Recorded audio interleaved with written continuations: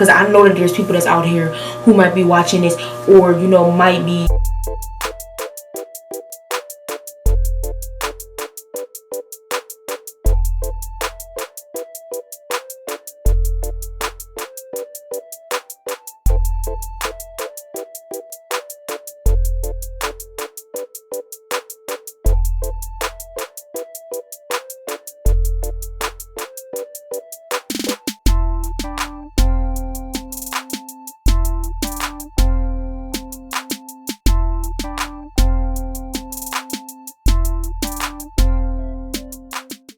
So your girl finally home, and I want to get into part 2 of the vlog. I'm sorry y'all, I just got finished, you know, with the bathroom and everything, and I was washing my face and brushing my teeth and everything, and your girl just gotta do her night moisturizer, cause boo, who finna go to sleep dry faced? Not me. Play with your mama, not me. I don't care what nobody say. Like me, I only be like applying like dots, because I remember I used to apply so much moisturizer on my face. I used to be like outside sweating and crap, and my eyes would be burning because it would be like the moisturizer and stuff melting off my face and everything. And yeah,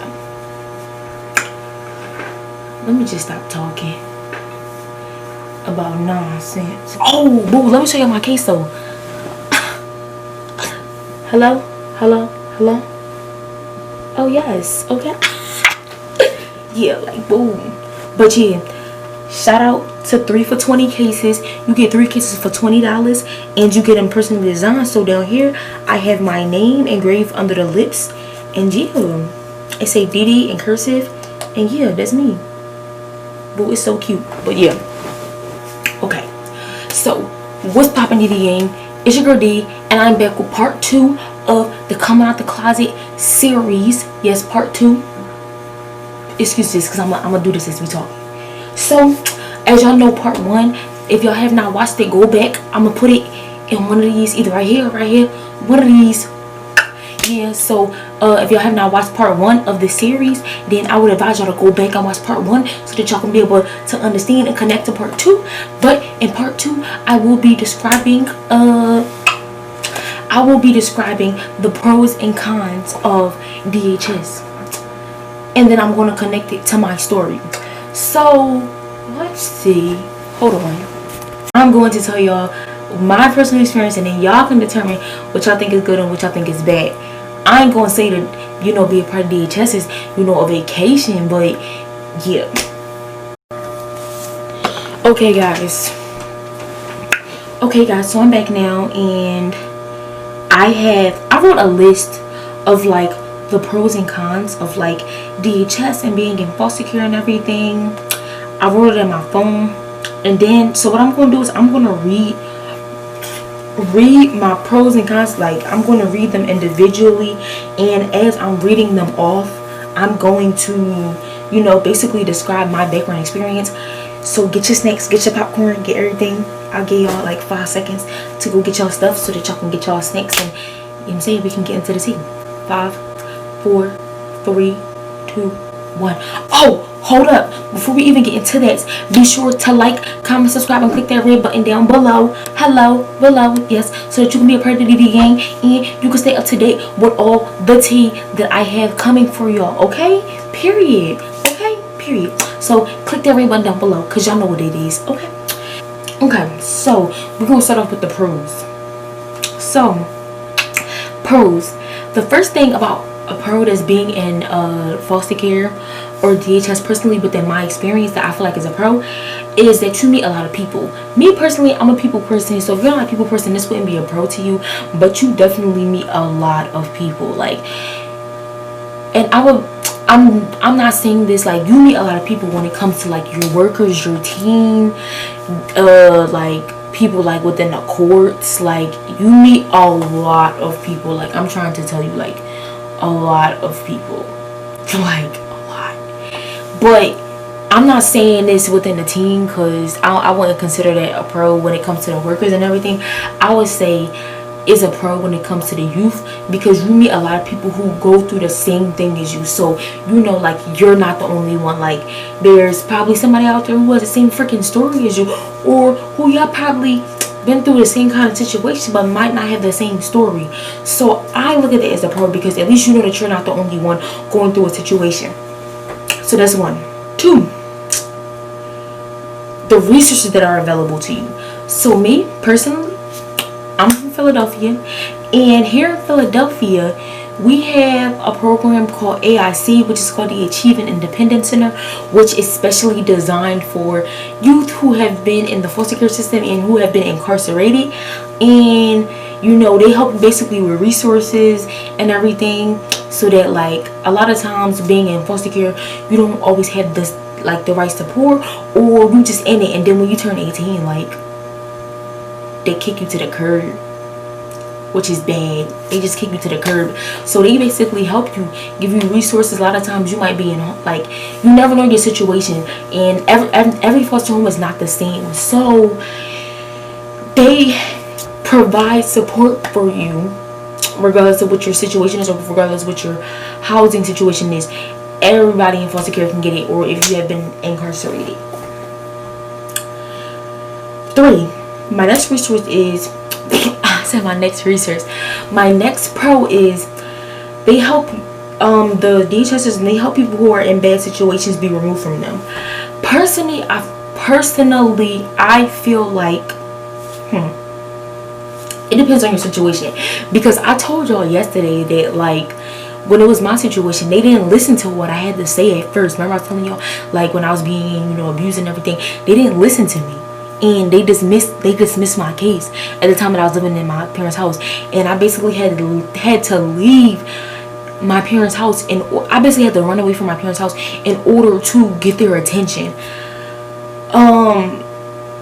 Honestly, the foster care system is designed to help people get out of that situation. Honestly, the way the system is designed for is that if you are in an abusive situation, or if you are in an unfit or inadequate predicament in your living or housing situation, then DHS is designed to remove you from that situation.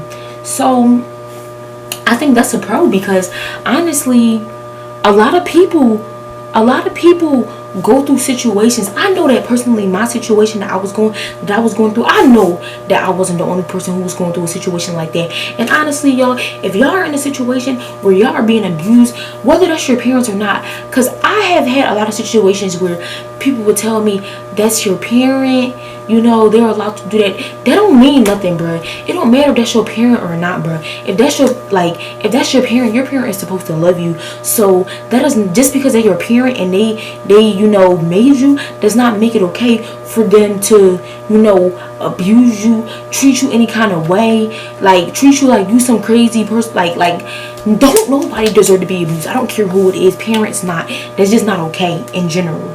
So if you are in a situation like that, on God, like, 1, I'm gonna pray for you. 2, hit me up so I can help you get support, because I don't want to never see nobody in a situation like I was in.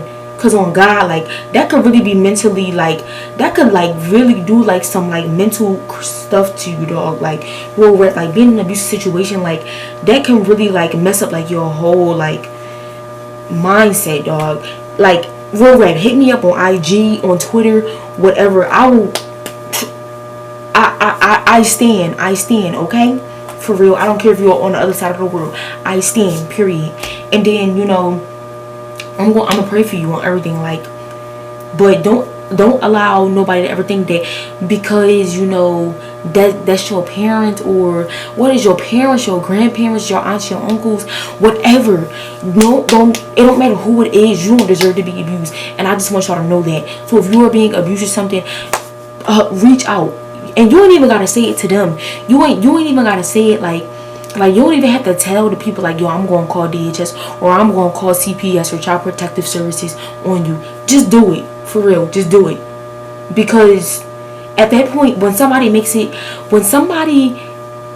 even has the thought in their head to even abuse you, they already sick. They sick in their head. So you ain't even gotta explain yourself to nobody. Just do what you gotta do to protect yourself. For real. I'm gonna pray for y'all, because I know that there's people that's out here who might be watching this, or, you know, might be, you know, in an abusive situation, or might be scared, or might not want to tell nobody because they might feel uncomfortable. Like, I know I'm here for you, on God. Because I'm about to cry. For real. Because that stuff ain't no joke. So, another pro is that I know personally, if you live in Pennsylvania and you are a part of DHS and you go to college here in Pennsylvania, they pay for your tuition. So no, that does not include room and board and, you know, personal stuff, but they pay for your tuition. So like your books and fees, that's that. So me personally, I don't plan on going to college in Pennsylvania, so that don't apply to me. But there's definitely other resources out here. You know, you do get a lot of resources. So I love the resources that come along with being in foster care because they're very helpful. Now let's move on to the cons. That was it for the pros. I only have 4 pros. I had to think hard, like, did I want to say this? Say no. But let's go on to the cons now. Okay. My first con is that nothing is personal. Like, there's always people in your business. So personally, me, like, I don't know, there might be some people who might not have had this experience, but for me personally, I'm not just a kid in foster care. I'm also a diabetic. So I have like a chronic, life-threatening medical issue. So I have diabetes and I have foster care. So diabetes ain't nothing simple and easy, and being in foster care ain't nothing simple and easy. So I got 2 burdens on my back. So when those 2 things merge, bruh, me personally, there's always people in my business. Like, I've had like people tell me I wasn't, I've had people tell me that I wasn't allowed to spend the night with people's houses. I've been told, me and my foster mom have been told that I wasn't allowed to go anywhere without her being like right by my side. So basically, like, she had to be like my sidekick. If I went on the porch, she had to be there with me. If I went to the freaking bathroom, she had to be there with me. Like, boo, who doing all that?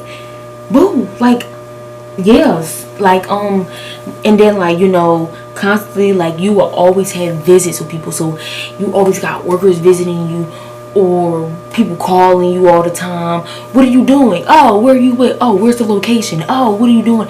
Oh, who's there? Is there an adult? Let me get the number. It's always that. Like, boo, like, damn. Like, there's just always people in your freaking business. Like, they always want to know everything. And I think sometimes it gets like a lot for me, because it's just always like they always want to know everything. And then they always, not only that, it's not like they just want to know it, or you just having a simple conversation. They want to type it up so the whole team can know. And it's just like, damn, bruh, really? Are you serious? Yeah, I was at Dunkin' Donuts on Friday at 3:45 in the afternoon. Why is that a concern of yours, boo? Boo, damn.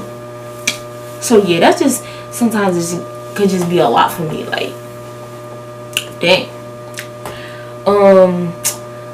Another thing is like the courts. So like, being like a youth in DHS, like, a lot of times when you want approval to do stuff, you gotta go through the courts. So the thing is, you only go to court every 3 months. So you go to court every quarter of the year.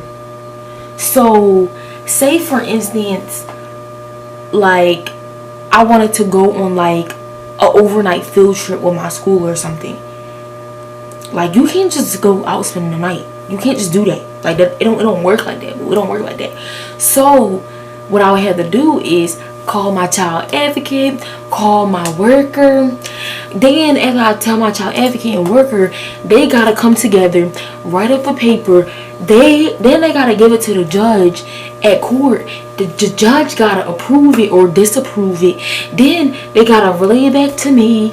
They gotta sign off their stuff, you know, then they gotta get in contact with everybody who won't be on the trip. They gotta contact, it's just a lot. Like, it's processes for everything. Like, that stuff can be very tiring. It's very like time consuming. So if it's just a lot. Like, a lot.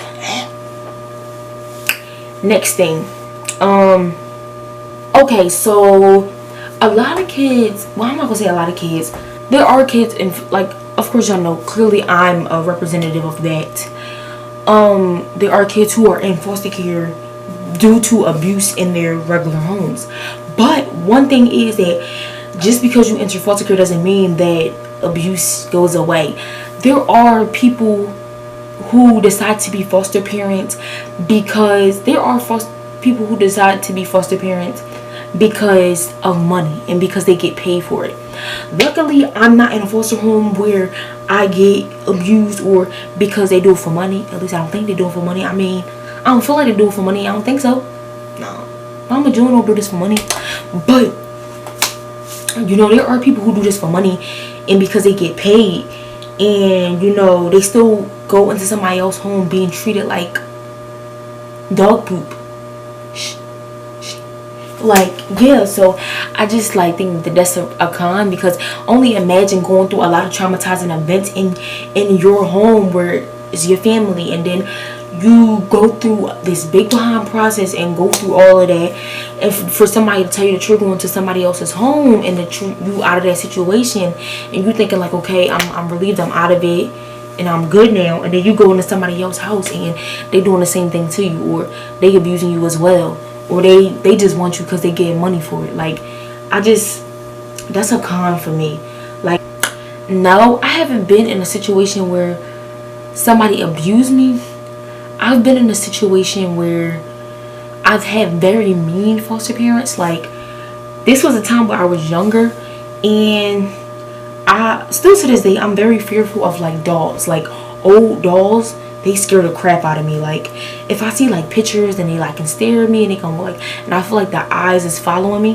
Like, I used to be very scared of old dolls, and one of my foster parents used to put me in like this very spacey room, and there was just dolls everywhere. So like dolls surrounded around me, and I would just be so freaking scared. Like, I was scared as crap. Like, it would be like this dark room, very spacey, a old TV, dolls everywhere. Like, I was so freaking scared, because just imagine that, like, you're in this big room, like this big spacey room. It's not like it's a small room, but it's big as crap, space everywhere, it's dark as crap, this old behind TV and dolls everywhere. That's like that's a visual of a freaking scary movie scene. Like, I was scared as crap. Like, I think that's very mean, right? Like, don't nobody want to be in that? Boo. That was scary. So yeah, I think that was me.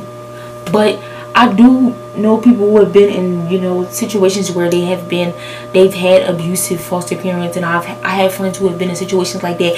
Boo. Like, again, I said, abuse ain't cool, whether it's your parents, your biological parents, none of your family, or a freaking stranger. It ain't cool regardless. So don't ever allow nobody to abuse you. I don't care what the situation is. I don't care. Always stand up for yourself regardless. Stand up. That's another thing about being in the foster care system. You have to advocate for yourself, because you have to remember that there's a big team of people who, some people stand for you and some people don't stand for you. Some people are totally against you.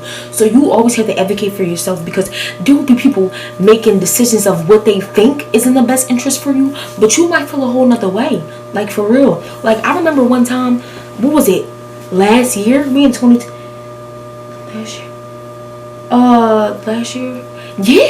Last year around like December, like in like the winter time of 2019, because we in 2020, the winter time of 2019.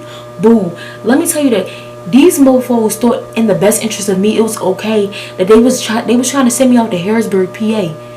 They was like 5 hours away or something. They was looking to send me up to Harrisburg, PA. It was like it was 5 hours away. Boo, who finna go to Harrisburg?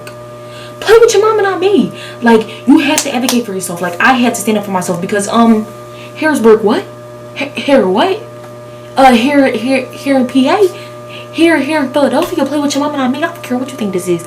Like, boo, don't be trying to send me out to no Harrisburg, because then that, like, they will be making decisions that will affect your whole life, and it will change your whole life. Like, imagine if I would have got sent out to Harrisburg and I would have never spoke up for myself, or I would have never said nothing to the point where they would have thought it was okay to send me out to Harrisburg. I would have had to change my school. I would have had to cut off everything that I was doing. I would have had to adjust to a whole other setting. Boo, I don't know what the freak is out in Harrisburg. I never lived in Harrisburg. I don't even think I ever been to Harrisburg, so I don't know what's out there.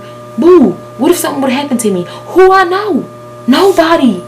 Boo, you gotta stand up for yourself. Like, so that's something that, like, I've always had done. Not even just with that situation, like, all the time I always had to stand up for myself. Even with the situation before I was outside of my mama's house, when I was in there, like, I had to stand up for myself, because who was she to finna close that case thinking that it was okay just to leave me there? Boo, you gotta stand up for yourself at all times. Like, advocacy is a big thing. And, like, me personally, that's why I'm a part of the program that I was telling y'all about, YAB, Youth Advisory Board. I'm a part of that because I like to stand up for people. That's the reason I'm a part of YAB, because, you know, advocacy is not something that's natural for everybody. And for me, I love advocating. I love standing up, because I have the experience of knowing the impact of how much advocating for yourself has value to it. So, you know, why not do that for other people who don't naturally have to be in situations where they have to stand up for themselves, or they don't know the impact that it does, especially when it comes to life-changing moments. So yeah,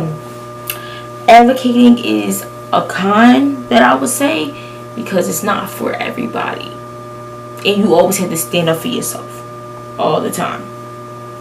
Like, sometimes you can't just live and do what you want to do. You always got to stand up. Like this is what I need. This is what I like. When it comes to your needs and your wants, like, you always have to stand up, like, all the time.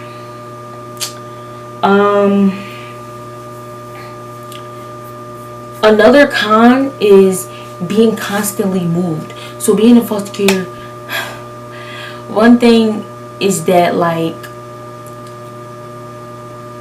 say you was in a foster home, right? If your foster parent did not want you to be there, they can call the people and be like, I don't want her here. You gotta get her out of here. And they can remove you, and you gotta go somewhere else. Like, I've seen that happen to a lot of people before. Like, personally, me, I've had a situation like that before. Like, I've had a situation where I don't even know why the lady did not want me, dog. Like, it's still to this day, I've never been told why. She never said nothing to me. They never told me. It was just like, I don't know. Like, I'm still mad to this day. Like, dog, like, ain't nobody never tell me. Like, I was at school one day, got a phone call, you have to come to the DHS office. Okay, cool. Why? Well, your stuff is being picked up now from the house because you can't go back there.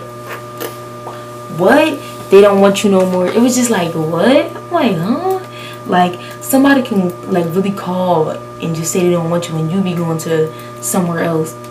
And it's like, it's just, I think that's a con, because, like, boo, who want to keep getting moved around? Like, don't nobody want to do that. Like, so that's a con. Another one is being exposed to a lot of things early in life. Like, personally, me, when I was in a foster home, like, it was one time that my worker had came to, like, visit or whatever, right? And I was outside playing with my friends the time that she had, you know, got there. I was, like, outside the house, and she had came, and she was like, you know, you need to stop, you know. I was 10 years old. 10 years old. She was like, you need to stop being a kid. These kids on the block ain't your friends. You need to grow up quicker than these kids on the block. You're not a kid no more. Well, I was 10 years old. Who tells a 10-year-old that they're not kids anymore? That they're not a kid no more? That they need to grow up? A 10-year-old? Like, boo, I was so young. Like, how you gonna tell me that I can't play with the kids on the block at 10 years old because I'm a foster kid? Because I'm a kid in the system, that makes me different from other kids? Like, I think that, yeah, like, and then not only that, like, another con is, like, me, like, being exposed to, like, a lot of things. Like, I can personally say, like, me being in foster care and me being in different types of placements, I've seen prostitutes. I've seen drug dealers, like real life, like drug dealers, like boo, boo. I done live with drug dealers. I done live, again, prostitutes, like people who was involved with like sex trafficking and a lot of different things. And it's like, dang, like my first time seeing transgender people was in foster care. Like I never seen a transgender person until I entered this, and I was just like, dang, like this world is bigger than I think it is. Like there's a lot of things that happen on in the world that I don't know about. Like my life, like the world is not just the way that I vision it. Like there's a lot of things that go on around the world that I just don't know, and I just happen to be exposed to that. Like I've never seen, you know, alcoholics who was kids, and like just people just doing, like I've never seen, you know, people like kids, well, people in general have like especially females. I've never seen females, you know, have sex with like men for money, and like, you know, yeah, like I'm not gonna say all youth in foster care are bad. Like I'm not trying to say like all youth in, you know, foster care or in the system do things like things that I just named, but I have seen that type of stuff. That of course that's not all situations and everybody is different. Like me personally, I ain't do none of that. Like that wasn't me, but I'm not gonna say that, I'm not gonna say you won't never see that, because you probably will see stuff like that. So yeah, like yeah, everybody not like that, but if you're a teenager, 9 times out of 10 you're going to come across that. Because the thing is, what I was saying yesterday, when I was like, a lot of people have stereotypes or thoughts on youth in foster care, and I was like, I don't want you guys to have a different vision on me based off your thoughts and stuff. A lot of people have thoughts on teens in foster care especially, and they think like teens are like too grown, they don't listen, they like bad. Like it's always this thing, like people, I've always heard like people say don't get a teenager if you decide to be a foster parent.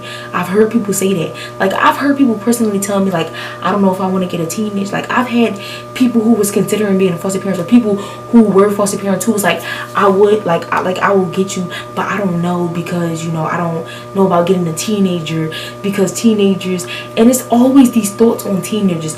I'm not gonna say that won't never happen, but that's not everybody. Like not all teenagers is bad, and I'm not gonna say not all teenagers is good. Just like kids, like little kids, that can be the same thing with little kids. Not all little kids is good, not all little kids is bad. Like that's just in general. Like, and I just think that, yeah, that's just my thoughts, like when it comes to like, you know, stereotypes about like youth and foster care and stuff. And yeah, and like, yeah, also you never know where people come from in their background. So yeah, I think that those are things that people should consider. So my last but not least, I hope I'm not talking your ears off, because this is a lot, but yeah, being forced to act a certain way because you live in somebody's house. So me personally, I can say that I've been in people's houses where I was forced to act a certain way. Like like I've been in different houses and I've had to always adjust every time I was in somebody's house. So like some houses you can go, like they'll be like, okay, make yourself at home, make yourself comfortable. Okay, cool. Some houses they'll be like, you know, if you need something you have to come ask me, you have to get my permission. Cool. Some houses they'll be like, you know, I'll do the cleaning, you keep your spot clean. Some houses they'll be like, you do the dishes, you do the bathroom, you sweep the hallway, you vacuum, you do XYZ, you do different stuff. Like some houses they'll be like, you know, if I'm home, you're home. If I'm not home, you're not home. Like there's just always different rules, and you have to learn to adjust to being in somebody else's house. Some houses I've been in, they'll be like, okay, well you have to cook your own meals, and like everybody cook for themselves. Like it's just, I've always had to like learn to adjust to different people's houses. But I mean, where I'm at now, I'm pretty, like I'm cool. Like I like where I'm at. Like, you know, we make it work. So I like it. I've never really had like a problem being in anybody's house, really. It was just, I just had to learn to adjust or fit in, or like I'm pretty now. Adjusting to certain settings has become something normal to me because I have had to do it so much. I've been in multiple foster homes. A lot of my changes being in foster homes had to do with my diabetes. Like, I've had to been in and out of like a lot of homes because me having a personal chronic, life-threatening disease, pancreas disease, diabetes. A lot of people think that it's like a lot of pressure. Like, it is a lot. Like, there's a lot of pressure. It's a lot that comes with it. It's not just, a kid with diabetes. I mean, it's appointments, making sure that they on their medicine. You always got workers. What's her blood sugar? Did she eat? Did she do this? Did she do that? It's just always stuff. So, but Deedee Gang, this is the conclusion of my pros and cons of being in the foster care system.